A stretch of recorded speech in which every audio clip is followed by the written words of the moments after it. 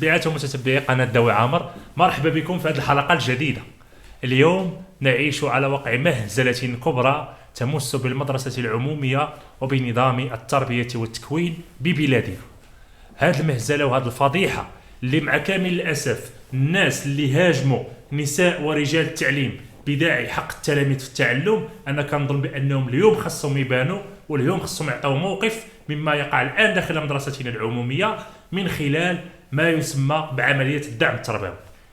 عملية الدعم التربوي ببساطة هو أنه في الأسبوع الماضي أطلقت وزارة التربية الوطنية بلاغا بالموازاة مع الاجتماع اللي كان ما بين النقابات والحكومة على أنه غادي تكون عملية ديال الدعم التربوي في أيام العطل على مستوى المواد الأساسية بمختلف عموم الأسلاك، خاصة ما يسمى بالأسلاك الإشهادية اللي كتعرف امتحانات إشهادية بحال ديال الثالثة إعدادي والأولى بكالوريا والامتحان الوطني للبكالوريا. هذه العملية بعدا قبل ما تنطلق أنه عوض يتم الاعتماد على ناس ذوي تكوين في مجال علوم التربية والبيداغوجيا والديداكتيك وعندهم إلمام بالمجال التربوي والبيداغوجي وبالمواد اللي غادي يديروا فيها دعم. اولا تم الاعتماد على مجموعه من الجمعيات لا صله لها بمنظومه التربيه والتكوين، بحيث انه شفنا اعلانات ديال جمعيات خاصه بتربيه المواشي انتقت الناس من اجل انهم كما يقال بالمثل الدارجي يتعلموا الحسنه في رؤوس اليتامى. هذا هو المنطق اللي كان بلا ما يزيد عنا شي واحد، وما ناويين نوسخوا الصوره ديال حتى شي مؤسسه ولا نضربوا في شي جهه ولا ندافع عن شي جهه. الحمد لله الوطنيه ديالنا ولا ان الوطن وثوابت الامه ما غيناقشنا فيهم حتى شي واحد، ولكن في المقابل هذا ما يقع الان لا يمكن السكوت عنه. هذا المشكل الاول هو انه تم انتقاء مجموعه ديال الناس، مع العلم انه المفارقه العجيبه انه من ضمن اسباب الاحتجاج على النظام الاساسي هو انه تم اقرار مباراه التعليم في حدود 30 سنه، بينما انه في هذه العمليه ديال الدعم التربوي الناس اللي تم انتقائهم ما تم استحضار مشكل السن. قطعا ما الذي تغير بين الامس واليوم في السياسه الوزاريه في هذا الباب هذا ديال الموارد البشريه؟ الله اعلم، الجواب بيد السيد الوزير والفريق ديال المستشارين والمديرين المركزيين اللي خدامين معاه في الوزاره. هذه الاولى. ثانيا انطلقت العمليه ابتداء من هذا اليوم كوارث خطيره جدا على مستوى الكتابه باللغات، خاصه اللغه الفرنسيه، بحيث انه سيل فو بلاي فو مكتوبه فو يعني في او يو تي.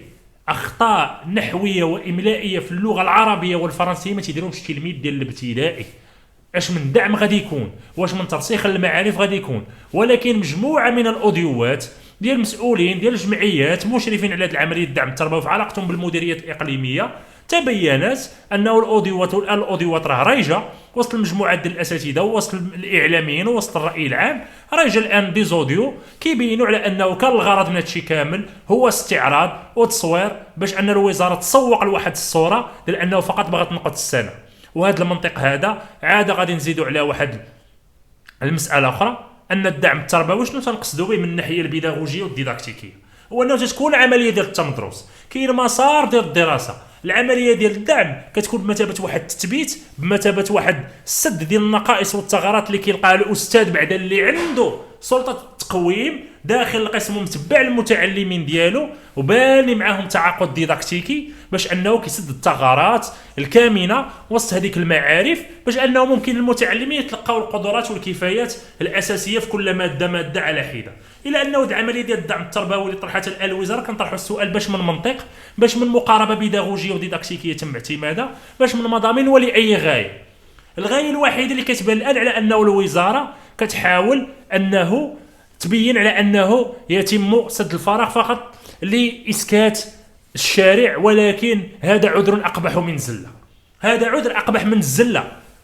بالتالي اللي خاص دير الوزاره اليوم هو ان هادشي خصو يوقف، وانه خاصنا تمشي في اتجاه الحل مع الاساتذه ولو بقرارات اوليه. كنتمناو بصراحه هادشي ما بقاش كيقبلوا العقل وما بقاش كيدخل للدماغ، لان الان الضحيه الحقيقيه الان هو التلميذ. راه الناس تيشوفوا في الصور، الناس تيشوفوا ما كتب على السبورات من اخطاء كارثيه في اللغه الفرنسيه وفي اللغه العربيه، وعلى مستوى المواد والمفاهيم في الفيزياء في العربيه في الرياضيات في مجموعه من المواد. بالتالي اتمنى صادقا انه فعلا السيد رئيس الحكومه فعلا يسرع بالعمليه ديال الحوار مع النقابات، انه تكون قرارات استثنائيه ومعقوله قبل 15 يناير باش الاساتذه يرجعوا، قبل ما ترتكب شي مجزره اخرى عاوتاني بسميه المصاحبه ولا المواكبه التربويه ولا الله اعلم اشنو غادي يدار ثاني، لان هذا الشيء اللي وقع ما كيشرفش بلادنا، ما كيشرفش المدرسه العموميه، كيضربها في الصميم وكيمس بقطاع عنده قدسيته وعنده مكانته وعنده الطقوس الخاصه ديالو وعنده شروط المهنيه الممارسه من داخل المؤسسات التربويه. يعني بالتالي الحلقه دارت على هذا الاساس، هو التعريه والادانه ديال هذه العمليه اللي طلقات، اللي ما عندها حتى اساس لا بيداغوجي لا ديداكتيكي، وكل ما كان الغايه اللي كانت منها هي غايه سياسيه، وبالتالي من افتى السيد الوزير المحترم بهذه الفتوى هذه فراه يتحمل مسؤوليه فتواه. وبالتالي كنتمنى نكون وضحت ما يجب توضيحه. الى عجبكم الفيديو طبعا ما تنساوش تشاركوه، وما تنساوش انكم تفعلوا الجرس وانكم تفعلوا الاشتراك، وانكم ايضا ديروا اعجاب الفيديو، لان الدعم ديالكم هو الاستمراريه وهو وقود الاستمرار دائما كما كنقولوا.